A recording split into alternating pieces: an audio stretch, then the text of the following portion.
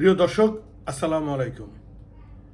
আজ রাত্রে একটু বসলাম এই কারণ গত পরশুদিন আমি একটা ভিডিও ফুটে দিয়েছি যে বিশেষ করে রাজনৈতিক বিষয়টুকু নিয়ে, সেটা আমার ইউটিউবের চ্যানেলে আছে, আপনারা দেখবেন।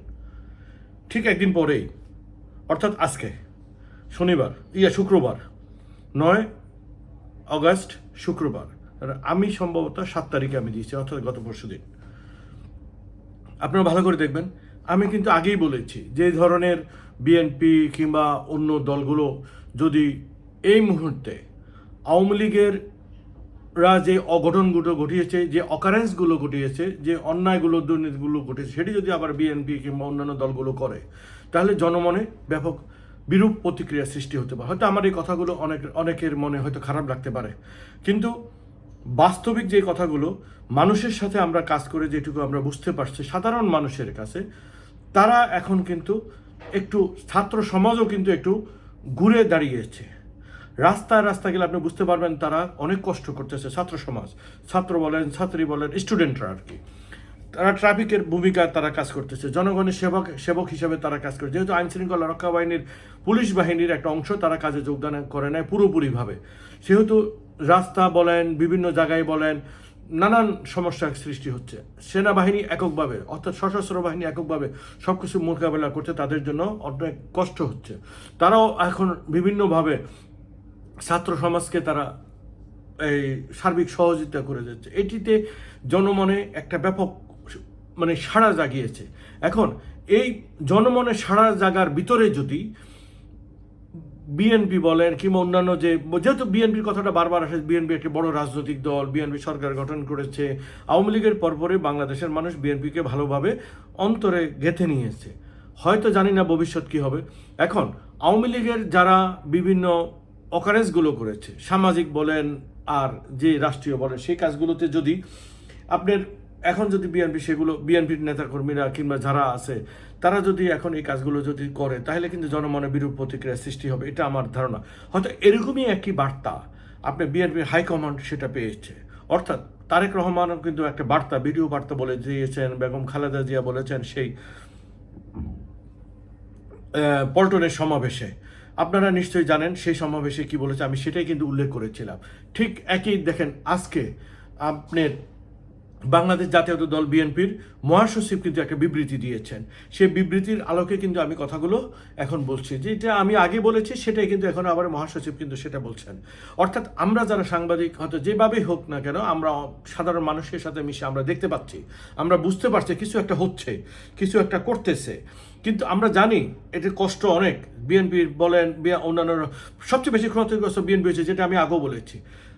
যারা আজকে 16 বছর 17 বছর ঘরে থাকতে পারে নাই, বিভিন্ন মামলায় জর্জরিত, এক এক নেতার নামে মামলা জর্জরিত, প্রায় 400 মামলা, 300 মামলা, 200 মামলা, 250 মামলা। আর সাধারণ যেসব নেতাকর্মী রয়েছে তাদের একশোর নিচে কোনো মামলা খুব কমই আছে, অর্ধশতাধিকের নিচে মামলা খুব কমই আছে, 100 আছে, অর্ধশতাধিকের নিচে খুব মামলা।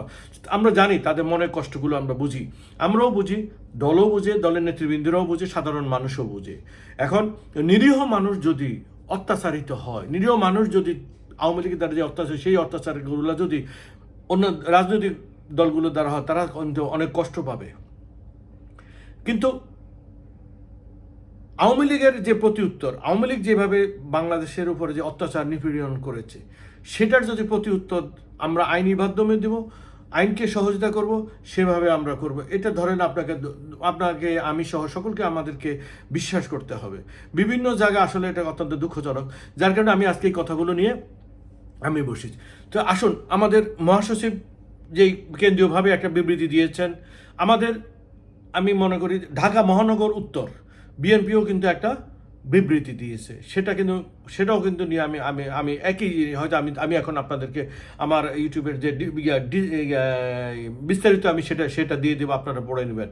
তো দেখুন, আসুন আমরা দেখতে পাই আমাদের মহাসচিব, বিএনপি মহাসচিব, মাননীয় মহাসচিব কি বলেছেন আমরা একটু দেখি সেই বিবৃতি। হয়তো অনেকের কাছে সেটা গিয়েছে ফেসবুকও কিন্তু সেটা সোশ্যাল মিডিয়াতে সেটা কিন্তু আজকে প্রচারিত হয়েছে, নিউজ আকারও হয়েছে। তো আশা করি বিএনপি সহ অন্যান্য যে দলের নেতাকর্মী রয়েছেন আপনারা একটু বুঝবেন। যদি আমার এই ভিডিও বার্তাটুকু আপনাদের কাছে যায়, আপনারা দয়া করে একটু মেমোরিতে নেবেন, একটু চিন্তা চেতনার ভিতরে দেবেন। এখনও কিন্তু নির্বাচন হতে বহু বাকি।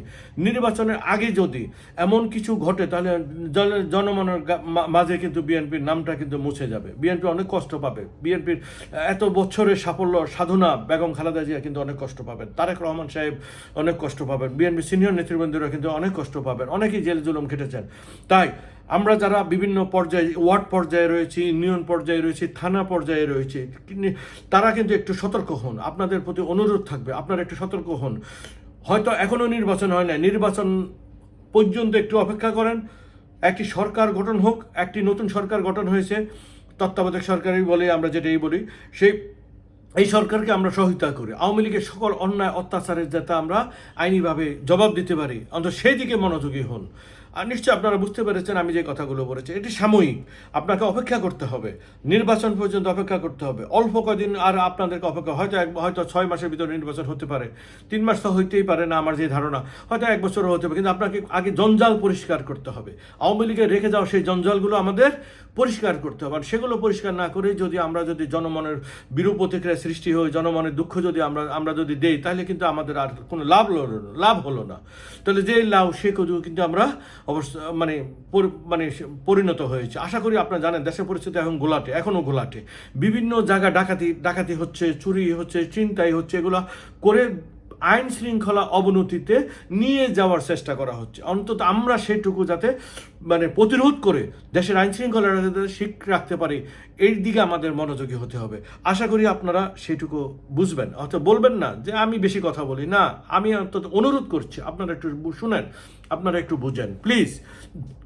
দয়া করে দেশের আইন শৃঙ্খলা রক্ষার জন্য নতুন সরকারকে আমরা সহায়তা করি। যার নিজের দলের নেতৃবৃন্দদের কমান্ড আমরা মেনে চলি, তাহলে দেখবেন যে সব কিছু ইনশাল্লাহ সব ঠিক হয়ে যাবে। তবে এইটুকু আসেন দেখেন, পতিত স্বৈরাচার যে মহাসচিব যেটা বলেছেন, উনি বলেছেন পতিত স্বৈরাচারের ষড়যন্ত্রের নীল নকশা সম্পর্কে দেশবাসীকে সজাগ থাকার আহ্বান। বাংলাদেশ জাতীয়তাবাদী দল বিএনপির মহাসচিব মির্জা ফখরুল ইসলাম আলমগীরের বিবৃতি, যেটা আমি এই সময়টুকুতে আমি আপনাদেরকে একটা বিবৃতি দিয়ে বিস্তারিত বলেছিলাম। আসেন, আমরা বিভিন্ন নির্ভরযোগ্য সূত্র থেকে জানতে পেরেছি পতিত স্বৈরাচার ও তার দোসররা পরিকল্পিতভাবে অন্তর্বর্তীকালীন সরকার তথা বিজয়ী ছাত্র জনতার উপর প্রতিশোধের নীল নকশা নিয়ে মাঠে নেমেছে। একই সঙ্গে এসব ঘৃণ্য অপরাধের দায় সুকৌশলে বিএনপি সহ সকল গণতান্ত্রিক রাজনৈতিক শক্তির উপর চাপানোর জন্য সামাজিক গণমাধ্যমকে ব্যবহার করছে ব্যাপকভাবে। যেটুকু আমি বলেছি এটুকু আপনাদেরকে বুঝতে হবে। মাননীয় মহাসচিব এখানে কিন্তু তার বিবৃতিতে সেটি কিন্তু বলে দিয়েছেন। বিশেষ করে প্রতিবেশী একটি দেশের কিছু নিউজ চ্যানেল সহ সোশ্যাল মিডিয়া প্ল্যাটফর্মগুলো ব্যবহার করেছে একটি চিহ্নিত মহল।